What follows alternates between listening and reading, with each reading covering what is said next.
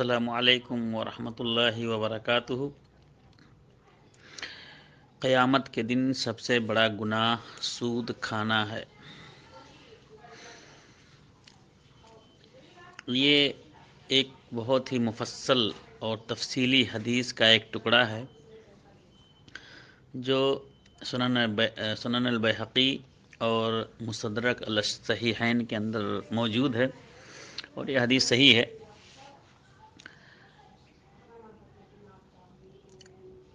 اس مختصر سے وقت میں پوری حدیث کا ترجمہ تو ممکن نہیں ہے، اس لیے کہ یہ حدیث بہت ہی بڑی حدیث ہے۔ بس اس حدیث کا میں مختصراً تعارف کرا دیتا ہوں۔ اور یہ حدیث اصل میں ایک لیٹر ہے، ایک کتاب ہے جس کو اللہ کے رسول صلی اللہ علیہ وسلم نے یمن والوں کی طرف لکھ کر بھیجا تھا۔ اس حدیث میں فرائض کے بارے میں تفصیلی ذکر کیا گیا ہے، سنتوں کے بارے میں مفصل ذکر موجود ہے، اور اسی طرح سے دیات جو قصاص ہوتے ہیں کہ اگر کوئی کسی کا ناک کاٹ لے، کسی کا ہاتھ کاٹ لے، کسی کا جان لے لے تو اس میں کیا دیت ہے، کیا قصاص ہے۔ اور اس خط کو نبی کریم صلی اللہ علیہ وسلم نے عمرو بن حزم رضی اللہ تعالیٰ عنہ کے ذریعہ سے بھیجا تھا اہل یمن والوں کو، اور اس کے شروعات ہی میں اللہ کے نبی صلی اللہ علیہ وسلم نے لکھا کہ بسم اللہ الرحمن الرحیم من محمد النبی الى شرحبیل بن عبد کلام بن عبد کلال و نعیم ابن عبد کلال والحارث ابن عبد کلال، یعنی یہ خط نبی کریم صلی اللہ علیہ وسلم کی طرف سے محمد جو نبی ہیں اللہ کے، ان کی طرف سے شرحبیل بن عبد کلال اور نعیم بن عبد کلال اور حارث بن عبد کلال کے لیے، جس میں اللہ کے نبی صلی اللہ علیہ وسلم نے سب سے پہلے تو ذکر کیا کہ مال غنیمت جو جنگوں سے حاصل ہونے والے مال ہوتے ہیں، وہ مال کی تقسیم کس طرح سے کیا جائے، اس میں اللہ اور اس کے رسول کا کیا حق ہے، تفصیل سے ذکر کیا۔ اس کے بعد میں پھر اللہ کے نبی صلی اللہ علیہ وسلم نے زکوٰۃ کے مسائل تفصیلی ذکر کیے کہ اگر کھیت ہے جو بارش سے کھیت کی فصل اگتی ہے یا جس کی سینچائی ہوتی ہے تو اس میں زکوٰۃ کا کیا حکم ہے، اسی طرح سے بکریوں میں زکوٰۃ کے کیا حکم ہے، اور اونٹ میں زکوٰۃ کے کیا حکم ہے، گائے کے زکوٰۃ کا کیا حکم ہے،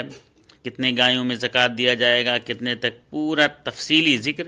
اللہ کے نبی صلی اللہ علیہ وسلم نے اس خط کے اندر فرمایا۔ اس کے بعد میں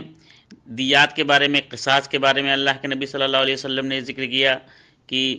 اگر کسی کو کوئی قتل کر دے، کسی کا خون بہا دے تو اس کے لیے کیا حکم ہے، اس کو کس طرح سے دیت یا قصاص دیا جائے گا۔ اور اس کے بعد میں نبی کریم صلی اللہ علیہ وسلم نے پھر ذکر کیا کہ ان اکبر الکبائر عند اللہ یوم القیامہ، کہ بے شک کبیرہ گناہوں میں اللہ کے نزدیک قیامت کے دن سب سے بڑے گناہ یہ ہیں: نمبر 1، اشراک باللہ، اللہ کے ساتھ کسی کو شریک ٹھہرانا۔ کسی بھی معاملے میں، چاہے وہ دولت طلب کے لیے ہو، مال طلب کے لیے ہو، روزی اور اولاد طلب کے لیے ہو، یا اسی طرح سے عبادت میں اللہ کے ساتھ اگر کوئی شخص کسی کو شریک ٹھہراتا ہے، یہ عقیدہ رکھتا ہے کہ اللہ سے اگر ہم ان سے مانگیں گے تو یہ ہماری جھولی بھر دیں گے، ہماری مرادیں پوری کر دیں گے، تو اس طرح سے عقیدہ رکھنا یہ شرک باللہ ہے، جو کبیرہ گناہوں میں سے پہلا گناہ ہے۔ نمبر 2، وقتل النفس المؤمنہ بغیر حق، بغیر حق کے کسی مومن نفس کو قتل کرنا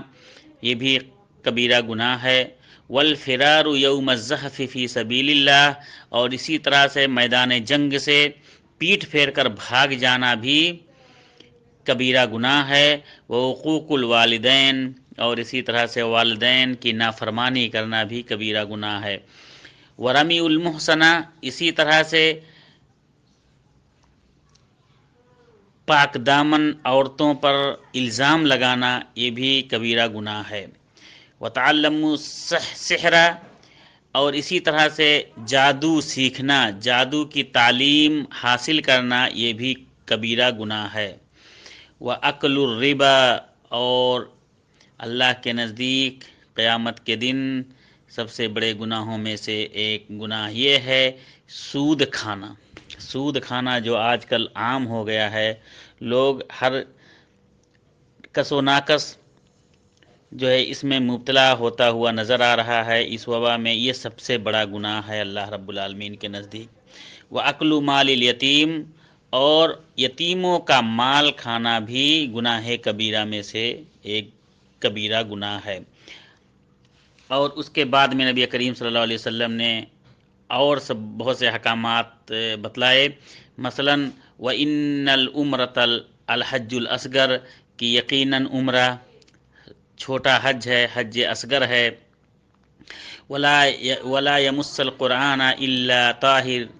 اور قرآن کو نہ چھوؤ مگر پاک ہو کر۔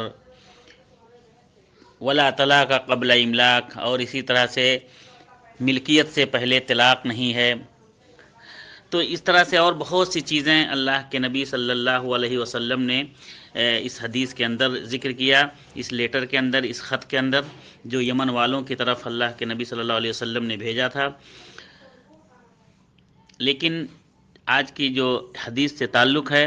یہ ہے کہ کبیرہ گناہوں سے بچنا چاہیے انسانوں کو، خاص کر اللہ رب العالمین ہم تمام لوگوں کو، تمام امت مسلمہ کو ان رذائل اور خبائث سے بچائے۔ السلام علیکم ورحمۃ اللہ وبرکاتہ۔